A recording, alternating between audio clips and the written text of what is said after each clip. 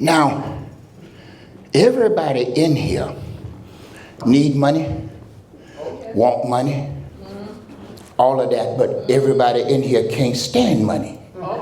Apostle, can I talk about it?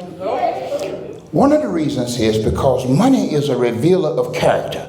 Some of us are shouting full of hell. So if we got money, the hell would come out before the personality would win over. We have no character, so we're going to be a rich mess. Look how y'all looking at me. He said a rich man. When wealth comes, you don't just spend it, you have to be able to steward it. And when the enemy is involved, he is no steward, he's a thief. So you are a rich, dishonest, crooked person just with money. Another thing that money does, it opens up doors of temptation that wasn't there before. See, if you get the right kind of money, it's nothing to fly to the Bahamas in a couple of hours and be back before anybody miss you. You didn't have that temptation before. Look at y'all. Riches can seduce even the very elect. So God has been proving us. Is anybody bold enough or brave enough to say, I think I'm ready now? If I'd have got all the things I wanted, the money I wanted, when I thought I needed to have it, I wouldn't be here right now. All right, this one. Son, you with me? I'm with you. All right. He said, thank God for the good places. Jacob left Beersheba and went to Haran. The sun had already set when he came to a good place to spend the night. He took a rock there and laid his head on it to sleep. All right, Genesis 28, 10 to 22. You can read it when you get time. It wasn't a perfect place or his final place, but it was a good place. Now, to get what God sent last night, I need you to condition your heart and mind and say, God, thank you for the good place. It wasn't my final destination. It is not where I'm going to stay, but it was where I could lay my head and rest for a minute. Thank you for the good place. Lord have mercy. The challenge, Pastor Donovan, and I really appreciate you being sensitive to God's Spirit being up in the house. But sometimes I wonder, is anything sacred anymore? Back in the day, coming to church used to mean something, but now everybody act like they're going to the park somewhere to hang out. But my mama used to tell me we were going to see God, meet him, and whatever we had, we prepared ourselves to go meet with him. Folk don't go along with this now. They don't feel God deserved that. But if you read your Bible, he told the priest how to look. He told them when to wear shoes, when to take them off. So how you look and how you dress do have something to say when you're going to meet with him. Now in the world, they said that however you dress, it states what's in your heart. So if a woman is looking for a man, you can tell by how she dressed. She ain't at the mall to find no sale. You can tell by how she looks. If the brother want to cheat on his wife, you can tell by how he dressed. With his mouth closed, his clothes is talking. Look how y'all look. So when you come to the house of God, shouldn't how you look say, God, I thank you for another day. God, I thank you for another week. 2 Timothy 3. You should know this, Timothy, verse 1, that in the last days there will be very difficult times. Verse 2, for people will love only themselves and their money. They will be boastful and proud, scoffing at God. Say what? Disobedient to parents. What you say? And ungrateful. Catch this last part. They will consider nothing sacred. So when I go to some churches, Apostle, you got to pray for me, because when I go to some of them, just how they look like God ain't invited. Yes, right. If that's his wife, why I got to see all that? Right. Look at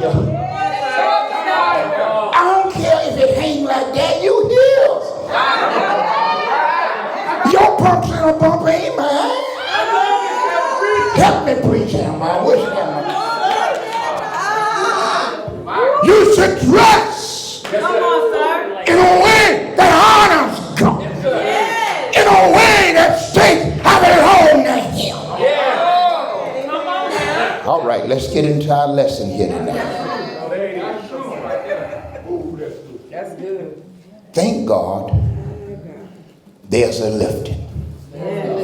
Out of all we've been through, out of all that the church has been through, let me take you to the book.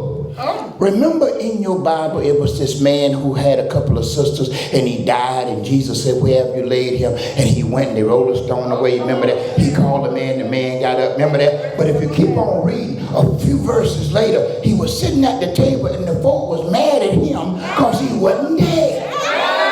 Look at y'all. Look at me. They mad because it didn't work. Job, chapter 22. I'm going to start reading in verse 21 and we're going to wrap this up. Job, chapter 22. I'm going to start at verse 21. Be reconciled with him. Don't just shout. Don't just have church. He said, I'm ready to show you what life is now. My goodness alive. And be at peace. Thereby, good will come to you. That's it. I don't care who praying against you. Good. Yes, sir. Lord, I wish I had some happy folk. Verse 22, please receive instruction from his mouth. Not the opinion of people, but from the mouth of God. And put his word in your heart. Whatever happened, don't let it go. Sometimes you got to remember what God said about it so you can say what God said. If you can't remember what God said, you're going to be defeated. When sickness comes, you got to remember he said, I am the God that healeth. Verse 23. If, and that if is a big old word when you, if you return to the Almighty and submit and humble yourself before him, you will, somebody say will, be built up. Yes. If you put away unrighteousness far from your tents. I got a friend, you know I sing sometime when I don't have to preach, right? And I got a friend of mine named Harvey Watkins Jr. He said, I got to clean up what I messed up. Starting my life over again. Sing, Harvey! But until you realize you need to clean up, you won't make no change. Now, what I like about God, he made all these promises, but unless you decide to come back, verse 24, if you lay gold in the dust among the stones of the brook, considering them of little wealth, what you thought made life worth living, he said, throw that in the dirt. Then the Almighty will be your gold. He will become your reason for living. He will become your wealth. He will become your value. Look how y'all looking at me. He will be your gold and abundant silver to you. You will find, verse 26, pleasure in God all powerful. And you will look up to him. You will pray, 27, to him, and he will hear you. He says, now I will hear you. Oh, Lord, help me. You will find pleasure in God all powerful, and you will look up to him. You will pray to him, and he will hear you, and you will keep your promise to him. Can I talk about that just a minute? One of the reasons he let us went through so much and lost so much, so we would learn to value our relationship with him to the point that nothing could separate us from.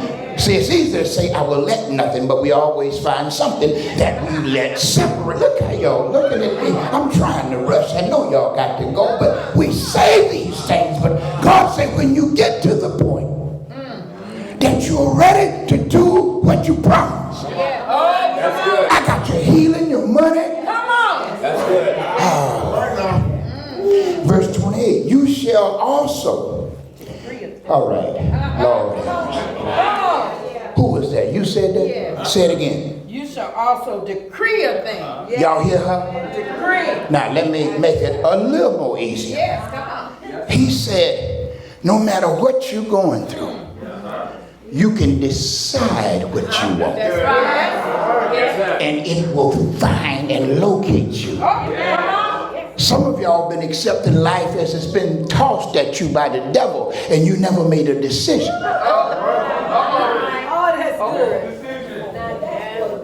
You can decide a thing. Yes. I decided that I will cast all my cares upon him. He said he would supply.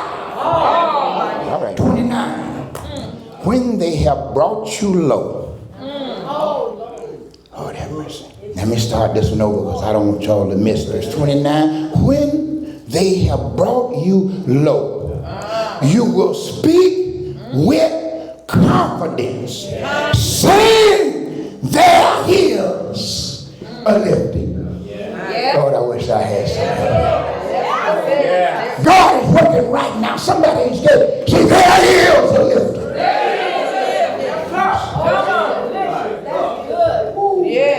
I was cast down into need, lack, not enough, despair, not love, not wanted, but there is. There is. I know I got to go, baby, but I like preaching like this. There is. And you know what I like about it? You're not too young, and you don't get too old. All right. There's some folk in the Bible who was 99 years old, and there was a lifting. Look how y'all looking at me. Verse 30, and I'm going to leave it alone. He will even deliver the one for whom you interceded.